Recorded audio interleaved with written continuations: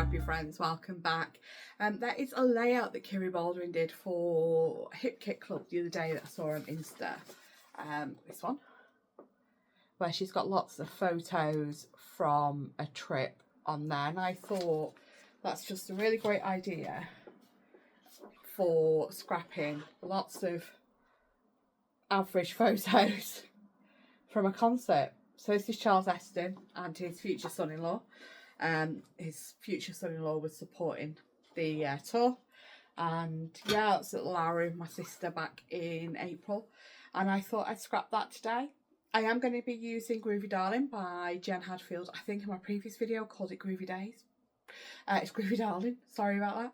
I'm going to be using that because it looks like a fun layout to use for music and country, so that's what I'm going to be doing.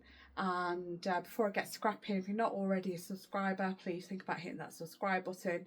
Give the video a thumbs up if you do enjoy it, and let me know in the comments what you enjoyed.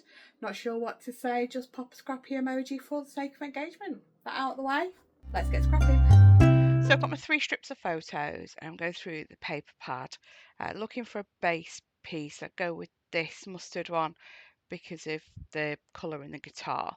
I then do go through the pattern papers again for the pattern paper to add to the layout, and the piece that I pick out, you'll see in a minute, has this like swirl or bump in it. It's very groovy. This one here, and I'd said when I was looking at these paper first for Sarah that I had an idea for cutting and using the wave to tuck things into, so I decided to give that a go and just use my craft knife, which I'm nowhere near an expert with. I avoid a craft knife as much as humanly possible, but there are some times when you just have no choice, you've got to give it a whirl.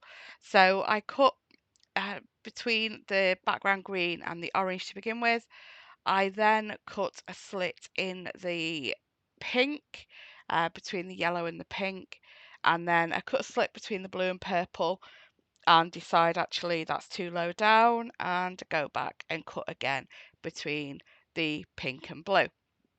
So you see me there extending that line and trying to tidy up where I hadn't gone quite right. And now I'm cutting the line along the blue, the pink, the top of the pink edge, and then I'm gonna do a third pocket in a moment, which, as I said, originally goes between the blue and the purple, and I end up cutting that between the blue and the yellow because it was a little too far down and the photos were too far apart with where it is now, which I don't realise until after I've cut it. I think I have done a good job of covering that slit up though. You'll see shortly with my letter stickers and some embellishments. So here I am going back in and cutting along the top of the blue line instead. And yeah, I don't think it's too obvious that I've cut the wrong line when you do see this with the alphas and the embellishments added. So happy with the photos like that. I then add the alpha stickers from the paper pad. So it's that rose gold stickers that say chip. So the artist went to see Charles Eston, who was in Nashville, and it was his solo UK tour with his son-in-law, or his future son-in-law, as a support act. And he's known as Chip. Everybody who knows him calls him Chip, and he tells you that when he's on stage. So I just thought it was quite right to call a page chip. I have decided to cut that whole piece out and back it on the striped multicolour paper, which I'm really happy with. In terms of titles, I was looking to actually use song titles.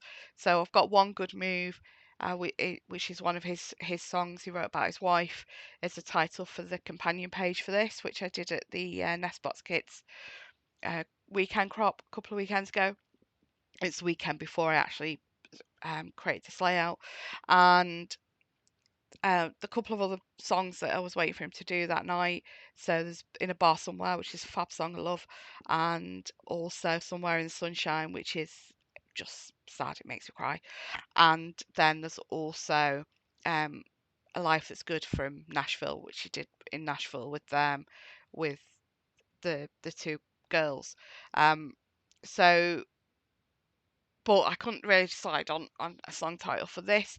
I suppose I could have done Life is Good, Life That's Good for this, but I just went with Chip. Okay, so I ran out of ATG.